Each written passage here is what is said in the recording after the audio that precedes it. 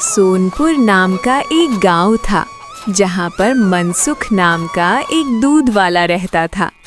वो गांव-गांव में घूमकर दूध बेचता था। हे काकी, आ जाओ, दूध ले लो।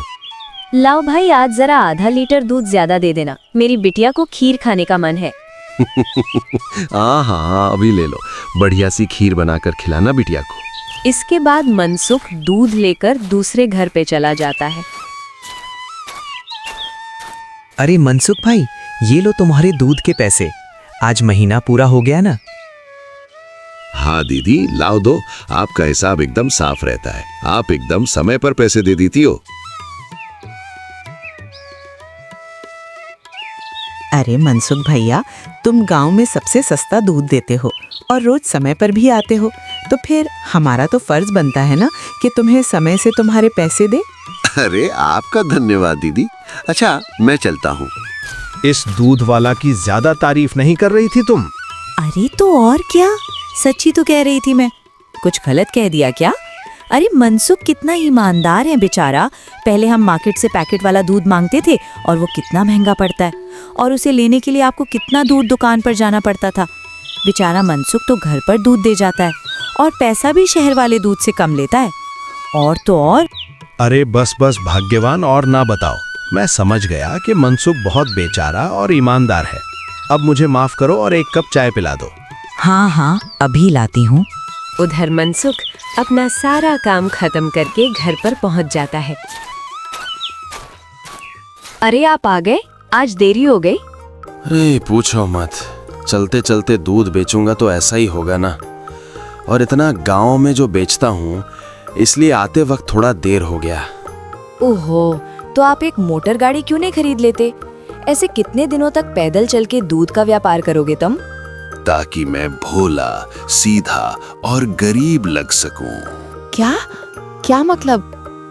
अरे अगर मैं मोटर गाड़ी से चलने लगा तो गांव वाले सोचेंगे नहीं कि इस गरीब दूध वाले के पास इतना पैसा आखिर आया कहां से। हाँ, कहां से? क्या दूध बेचकर? और कैसे? मनसुख उठकर खड़ा होता है और सीधा अपने तबेले में जाता है जहां मीना ने जानवरों का ताजा दूध निकाल कर रखा था। लेकिन सबको पता है कि सिर्फ दूध बेचकर कोई मोटर गाड़ी खरीदने के लायक नहीं हो जाता है। मनसुख ताजा दूध निकालकर उसमें अरारोट मिलाने लगता है। अरे रुकिए रुकिए, ये दूध तो हमारे इस्तेमाल का है, इसमें अरारोट क्यों मिला रहे हैं? अरे मूर्ख औरत, कितनी बार तुमसे कहा है कि हमारे इस्तेमाल का दूध अलग रखा करो।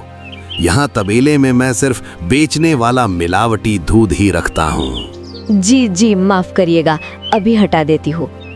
गांव वालों की सोच के विपरीत मनसुख राम तो एक बहुत ही लालची और चालाक दूध वाला था। मीना दूध हटाकर ले जाती है और मनसुख हंसता हुआ खुद से कहता है, गांव वालों की नजर में मैं एक बेचारा गरीब दूध वाला हूँ, तो वहीं रहने दो। मेरा असली चेहरा कभी किसी के सामने नहीं आ पाएगा और मैं ऐसे ही मिलावटी दूध बेच बेच कर बहुत सारा धन जमा करता रहूंगा। मनसुख की धोखेबाजी की गाड़ी ऐसे ही मजे से चल रही थी। एक दिन उसी गाड़ी में सवार होने के लिए कुछ और लोग आते हैं। एक दिन वो जब दूध बेचने जा रहा था, उसे एक भुजिया की दुकान दिखाई देता है। लाओ भैया, जरा एक प्लेट भुजिया खिलाओ। हाँ भैया, अभी लो। मनसुख के ठीक सामने दो आदमी बैठे हुए थे जो वसूली करने वाले हुंडे लग रहे थे। अचानक उनमें से एक को जोर से खांसी आने लगती है। अरे कैसी भजिया बनाई है तूने, नालायक। अरे अरे, क्या हुआ भैया? अरे जल्दी पानी लाओ। अरे भैया, पानी तो खत्म हो गया है, मैं अभी कुएं से लेकर आता हूँ। तो क्या तब तक मैं खांसता ही रहूंगा? मनसुख जल्दी से उठकर अपनी दूध की डिब्बी से थोड़ा दूध लेकर आता है। लो भैया, इससे तुम्हें राहत मिलेगी। वो आदमी जल्दी से दूध पी लेता है। अब जाकर आराम मिला, तुम्हारा धन्यवाद। कोई बात नहीं भैया, इंसान ही इंसान के काम आता है ना। ये लो भैया, आपकी भजिए। अच्छा, मैं भी पानी भर के लाता हूँ। जब भजिया वाला चला जाता है तो वो आदमी मनसुख से कहता है, काफी शुद्ध दूध बेचते हो, क्या क्या मिलाया था दूध में? क्या मतलब है आपको भैया? मतलब ये कि ये दूध तो बहुत मिलावटी था, चक्कर ही पता चल गया। देखो भैया, इस बारे में किसी को कुछ मत बताना। चाहो तो मुझसे कुछ पैसे ले लो, मेरे सालों का बना बनाया धंधा है, इसे चौपट मत करना। अरे हम तुम्हारा धंधा चौपट करने नहीं आए हैं, बल्कि हम तो तुम्हारे धंधे में 4 चांद लगवा देंगे। तुम बस अपने दूध में ये मिला देना। ये क्या चीज है भाई? नहीं, ये नशे वशे का व्यापार नहीं करता मैं। अच्छा, मतलब सिर्फ दूध में अरारोट मिलाने का व्यापारी करते हो? चलो ठीक है, हमने सोचा था तुम भी 4 पैसे ज्यादा कमा लो। अरे मैं तो मजाक कर रहा था, मैं तैयार हूँ भाई। लाओ लाओ पुड़िया इधर लाओ। ये हुई ना बात, तो फिर ये लो, इस एक पैकेट को एक बड़े दूध के केन में मिलाना। एक पुड़िया का 1000 रुपए हुआ। अरे अब ये तो बहुत ज्यादा है भैया। अच्छा ज्यादा लग रहा है, मत खरीदो। अभी ये भजिया वाला आएगा ना तो इसे ही बेच देंगे। अरे नहीं, रुको, मैं देता हूँ ना पैसे, ये लो। जिसके बाद वो मनसुख पुड़िया लेकर घर आ जाता है। जब मनसुख दूध में पुड़िया मिला रहा था तब वहां पर मीना आ जाता है। अरे ये आप क्या कर रहे हैं जी? ये है जल्दी से अमीर होने का शॉर्टकट। अब बहुत हुआ अरारोट मिलाना। अरे वाह, आप तो बहुत समझदार आदमी हैं। बहुत अच्छा हुआ मेरे माँ ने मुझे तुमसे शादी करवाया। काश मैं भी ऐसा ही कह सकता, भाग्यवान। जी क्या? मैं समझी नहीं। नहीं, कुछ नहीं। 1 हफ्ता हो गया और मनसुख की दूध की डिमांड वाकई में बढ़ चुकी थी। उसका अच्छा खासा मुनाफा होने लगा था और उसका लालच भी 2 गुना बढ़ चुका था। मुझे कम से कम 10 पुड़िया देगा। लेकिन हमेशा संभाल कर इसका इस्तेमाल करना। कुछ भी हो जाए, हमने जितना बोला है उससे ज्यादा पाउडर मत डालना दूध में, वरना लेने को देने पड़ सकते हैं। हाँ, समझ गया, ध्यान रखूंगा। मनोज रोज की तरह सुनीता काकी के घर में दूध देने के लिए जाता है और आवाज लगाता है, काकी आ जाओ, दूध ले लो। मनसुख की आवाज लगाने से घर से सुनीता काकी की जगह एक जवान लड़का आता है। अरे आप कौन हैं? अरे मनसुख, ये मेरा भतीजा है, अपने पिता के साथ यहाँ पर कुछ दिन के लिए छुट्टी पर आया है। अच्छा, छुट्टी पर। शहर में क्या नौकरी करते हो भैया? पुलिसवा हूँ। पुलिस का नाम सुनते ही मनसुख घबरा जाता है और उसके हाथ से बर्तन छूट जाता है और सारा दूध नीचे गिर जाता है। अरे ये क्या हो गया? ये दूध कैसे गिर गया? वो गलती से हाथ से बर्तन फिसल गया था काकी। कोई बात नहीं, दूसरा दूध दे दो। क्या? वो आज तो दूध खत्म हो गया है काकी, मैं कल आता हूँ ना, तो मैं चलता हूँ। उतना कहकर मनसुख वहां से जल्दी से भाग जाता है। मनोज और सुनीता दोनों को मनसुख की ये हरकत बहुत अजीब लगती है।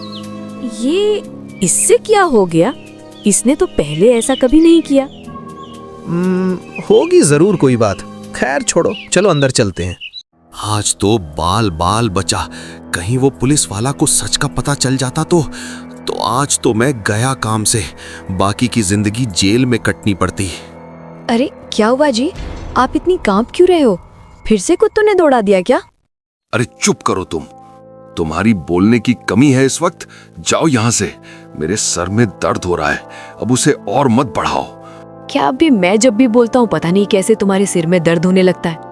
ओहो, तुम्हारे सामने बैठना ही मेरा पाप है। मैं जा रहा हूँ यहाँ से। ऐसे ही मनसुख गुस्से में घर से बाहर चला जाता है। फिर वो देखता है कि आगे से मनोज आ रहा है। अरे दादा रे, ये यहाँ फिर से वापस क्यों आ रहा है? मनसुख वापस से जल्दी से अपने घर के अंदर भाग जाता है।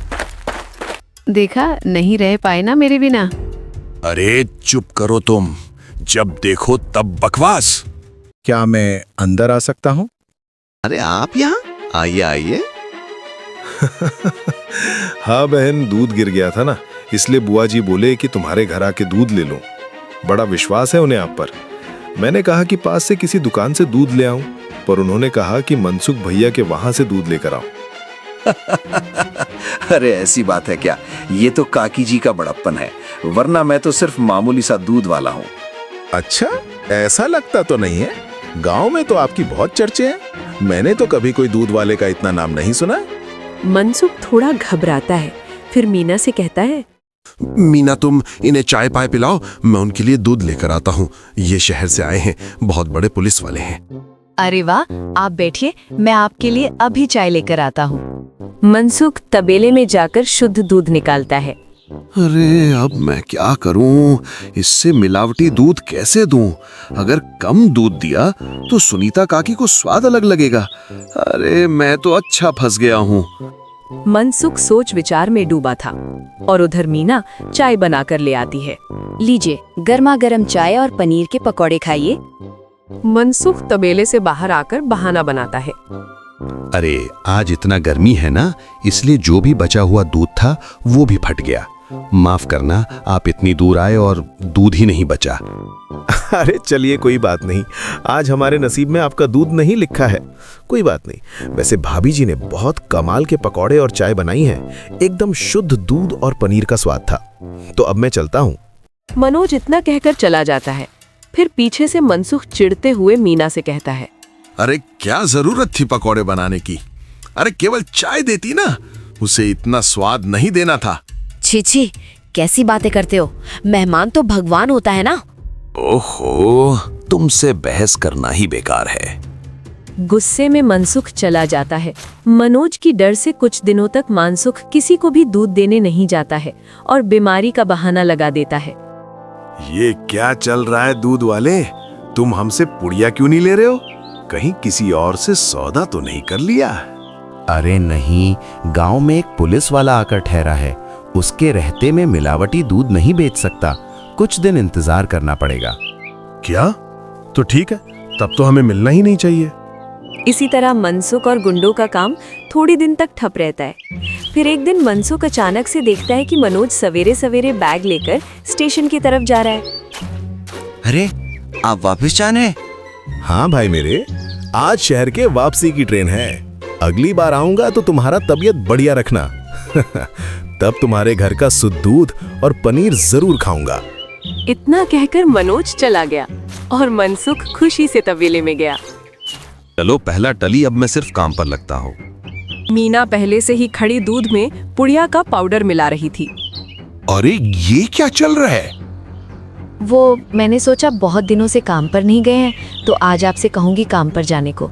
और ये पाउडर यहाँ पर रखा था, सोचा कि यहीं पर मिला दूं। मनसुख ने देखा कि मीना के हाथ में एक पुड़िया थी। अरे तुम अपने काम में अपनी काम रखा करो, मेरे काम में ऐसी नाक घुसाया मत करो, हटो। मनसुख बहन दूध की कान लेकर चला जाता है। मीना चिढ़ते हुए जमीन पर पड़ी 4 और पुड़ियाओं को उठाकर कहता है, जब देखो खाली चिल्लाते रहते हैं। इनका काम आसान करने पर भी चिल्लाते हैं। 5 पूरियां दूध में डाल दी तो इन्हें तो आसान हुई ना, कभी समझते ही नहीं। मनसुख सारे गांव में दूध बांटकर घर आ गया। इतने दिनों बाद आज काम किया, मैं तो बड़ा थक गया। जब मनसुख ने खंड पर बैठा, तभी मनोज ने पीछे से उसके कंधों पर हाथ दिया। मनोज को देखकर मनसुख की होश ही उड़ गए। अरे तुम यहाँ? अरे है दूध वाले, नशे का तो ठीक है, पर इतना नशा कौन मिलाता है दूध में कि पहली घूंट में ही आदमी का सर चकरा जाए। क्या ये सब क्या कह रहे हो? ये सब क्या बकवास है? मैं नहीं जानता तुम क्या कह रहे हो। और तुम्हारी तो ट्रेन थी ना? जी हाँ, मगर मेरा ट्रेन कैंसिल हो गई है और आपकी ट्रेन का समय हो गया है। तो चलिए, अब आपकी ट्रेन सीधा जाकर हवालात में रुकेगी और रास्ते में आपके साथियों को भी सवार कर लेंगे। इसका मतलब आप क्या कहे हैं? मैं जैसे ही घर वापस गया, बुआ जी ने मुझे 1 ग्लास दूध दिया और दूध पीते ही पता चला कि उसमें कितना नशा है, और मेरे जाते ही तुम्हारी तबीयत ठीक हो गई।